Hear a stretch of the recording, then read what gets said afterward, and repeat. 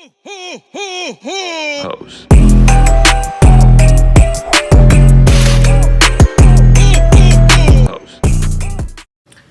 Hey girl, today we're going to talk yeast and a little bit of BV, so if you're interested then keep on watching, okay?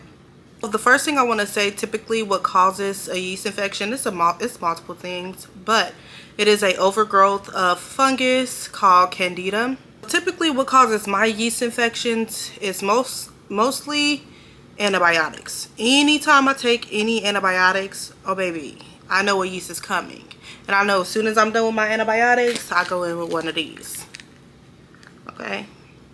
This is the boric acid. Even if I don't feel anything coming on, I know every time I take antibiotic, I know I have to go with my boric acid. And I'll use a suppository. Well, I'll use this to insert the suppository. And I would put on a panty liner. That's anytime after I take any antibiotics. Also, anytime that I feel any itch coming down there. Because typically that's my first sign. I'll feel an itch coming down there. And baby, I really don't have like a smell in my discharge or anything. My discharge has never smelled any kind of way since I've been born. So, but I do know that is a sign as well. Like if you're having any smell or thick discharge, typically my discharge don't be thick. My sign be I itch and I'm already putting the boric acid up there. I don't get any other symptoms. I get that itch, gotta go. Okay? Okay, so first we're going to talk. Well, I do want to say a lot of things can cause it. Even certain foods that you eat can cause you to get yeast. A lot of stuff can cause it. Let me tell you what to do to avoid yeast. I always well, if you're taking certain medications, it's kind of hard to avoid. The only thing that I should suggest if you're taking a medication that's causing it is to be using these, the boric acid at the same time. But if you just have yeast and you know you're not taking any medication, here are some tips and tricks that you can try. So first, I would like to say I always use a unscented soap down there. I really love this Baby Dove. It's big. I think this thing was like, what is it, like $12? I don't know, but it lasts. And I also go in with my exfoliating gloves. I always use a non-scented soap. Anytime that I've ever used any soap with fragrance, I'm always getting a yeast infection. So if you're using any soap down there that got any type of fragrance in there, baby, stop. Keep that for your body, but for your box, unscented. Okay? Well, if you have a real sensitive girl like my sister down here, she's very sensitive. Anytime after intercourse, always clean your body. Well, always clean her down there. Okay? Anytime after intercourse. And if yours and your partner's sperm does not match, this is apple cider in here. Just spray just, what do you call it, spray this on the outside of her. You can even put this on your side walls, but just do not go in your hole with this. So what you want to do, I have apple cider in here right now, but if you and your partner just got through having intercourse and you just want to clean the sperm out, which I do recommend, unless you're trying to conceive, which if it didn't shoot up there after y'all got done, baby, that sperm wasn't landing nowhere. So you might as well just go ahead and wash that out. You want to go in with, this is a new one, but I do have one in my shower bag that is strictly, that I use just for water. I'll clean the bottle out real good and insert this tip on there. Just take it off, put the new one on there, and just go in your hole with water.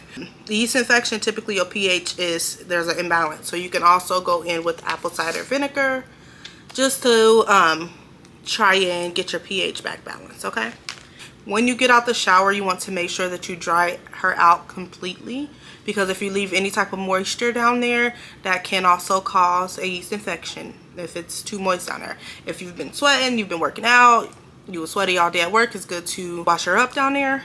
And also change your underwear, because if you leave wet underwear on too long, that can cause yeast as well.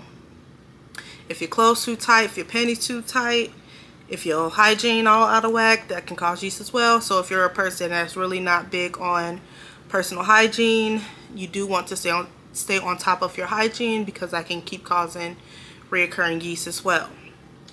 I do want to go back to the boric acid because this helps with BV as well. So if you do suffer from any reoccurring BV and yeast, these are really good. I do recommend if you do have a full-blown yeast infection, or if you do suffer from BV, or if you have BV at the moment, you do want to use this for a week straight. Just insert one at bedtime when you're done with everything. Insert one and put a panty liner on. I keep the panty liner on even the next day because sometimes it still be dripping. Make sure you change your panty liner out too, girl, when you wake up, because it's gonna be dripping. And throughout the day, change that panty liner. If I do have a full-blown yeast, I will go in with my Conazole 3. It is the generic to monostat. They do the same thing, so get the generic unless you bougie. Okay. But my Conazole 3, the 3 is just the 3-day treatment. I like the 3-day treatment because the 1-day treatment, it can burn a little bit, and then the 7-day treatment, boo, who's trying to be itching for 7 days? So typically I get relief after the first use. So I would go in with this. They have either the cream, or they also have like the little pills that you insert. But for some reason, when I use the pill, for some reason I feel it just push back out. Is that only me? When I insert the yeast infection pill, I feel it just come back out. This is probably too much, but when I feel back in there, I'm like, it just came back out. So I do like to use the cream, but they all work. I do like the pill. They all work. Make sure you pee after intercourse and wash up after intercourse. You should stop having reoccurring yeast. Also, drink your water. Let me show you. Oh shit. I drink a gallon of water every day.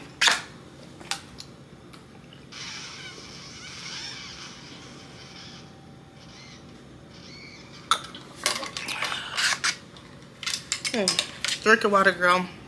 I don't know all the causes of yeast infections, but I do know you can get it from it's a lot. Your laundry, dyes, certain soaps, if they have a scent, certain foods, medication.